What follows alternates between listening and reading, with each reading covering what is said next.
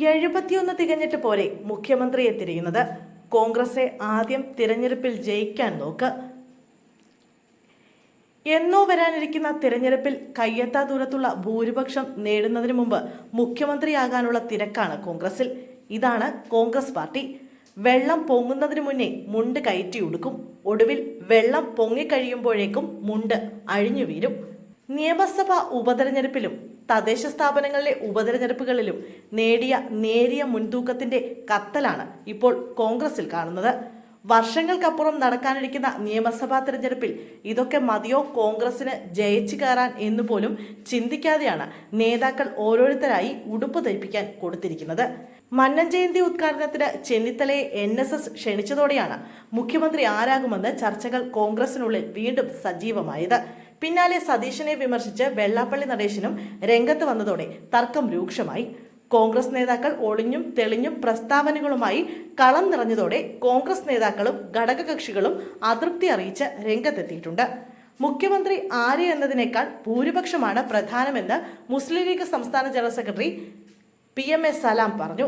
മുഖ്യമന്ത്രി ആരാകണമെന്ന് ഹൈക്കമാൻഡ് തീരുമാനിക്കുമെന്നും ദൂരെയുള്ള കടൽ കണ്ട് മുണ്ടുയർത്തിപ്പിടിക്കേണ്ടെന്ന് തിരുവഞ്ചൂർ രാധാകൃഷ്ണൻ MLA പറഞ്ഞു. ഇതിനിടെ ഇന്നലെയും പ്രതിപക്ഷ നേതാവ് VD സതീശനെതിരെ രൂക്ഷ വിമർശനവുമായി SNDP general secretary Vellappally Natesan രംഗത്ത് വന്നു.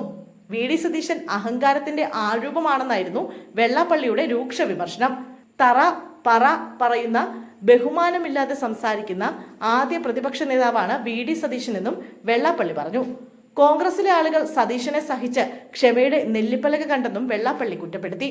KPCC പ്രസിഡന്റിനെ ധിക്കരിക്കുന്ന ഒരു പ്രതിപക്ഷ നേതാവ് മുമ്പ് ഉണ്ടായിരുന്നിട്ടില്ല. KPCC പ്രസിഡന്റ് എന്തെങ്കിലും പറഞ്ഞാൽ ഉടനെ തന്നെ ആ മൈക്ക് വാങ്ങി സ്റ്റേജിൽ വെച്ച് തന്നെ സതീശൻ എതിര് പറയും. K സുധാകരന്റെ പക്വത കൊണ്ടാണ് കോൺഗ്രസിൽ പ്രശ്നങ്ങളൊന്നുമില്ലാതെ പോകുന്നതെന്നും വെള്ളാപ്പള്ളി നടേശൻ പറഞ്ഞു. 2026 UDF അധികാരത്തിൽ വരുമെന്ന് താൻ ഒരിടത്തും പറഞ്ഞിട്ടില്ലെന്നും വെള്ളാപ്പള്ളി പറഞ്ഞു. കോൺഗ്രസിന്റെ മുഖ്യമന്ത്രി മുഖമായി ചെന്നിത്തലയെ പരിഗണിക്കണമെന്നാണ് പറഞ്ഞതെന്നും ഇന്നലെ വെള്ളാപ്പള്ളി പറഞ്ഞു. വെള്ളാപ്പള്ളിയുടെ മകൻ തുഷാർ വെള്ളാപ്പള്ളിയും ഇന്നലെ ഒരു രാഷ്ട്രീയ പ്രസ്താവന ഇറക്കിയിരുന്നു. അത് പക്ഷേ BDJS NDA ബന്ധത്തെക്കുറിച്ചായിരുന്നു. മുന്നണിയിൽ കടുത്ത അതൃപ്തിയിലാണെന്നും മുന്നണി മാറ്റം ആലോചിക്കുന്നുണ്ടെന്നുള്ള റിപ്പോർട്ടുകൾ തള്ളുന്നതായിരുന്നു പാർട്ടി പ്രസിഡന്റ് തുഷാർ വെള്ളാപ്പള്ളിയുടെ പ്രസ്താവന. എന്നും NDAയ്ക്കൊപ്പം അടിയുറച്ചു നിൽക്കുമെന്നും അടിസ്ഥാനരഹിതമായ വാർത്തകൾ വിപരീത ചേരികളിൽ നിന്ന് ഉയർന്നു വരുന്ന ആരോപണങ്ങൾ മാത്രമാണെന്നുമായിരുന്നു തുഷാർ വെള്ളാപ്പള്ളി വ്യക്തമാക്കിയത്.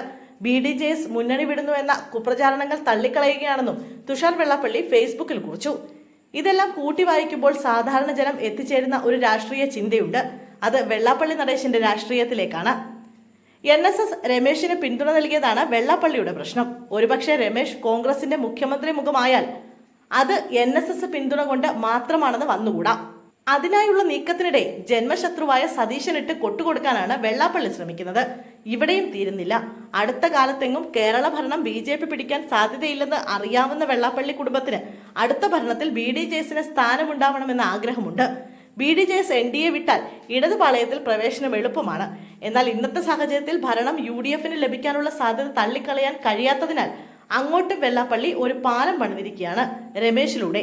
ഇതൊന്നും തിരിച്ചറിയാതെയാണ് ചില കുട്ടിക്കുരങ്ങുകൾ പ്രസ്താവന യുദ്ധവുമായി മുഖ്യമന്ത്രിയെ തീരുമാനിക്കാൻ ഇറങ്ങിയിരിക്കുന്നത്.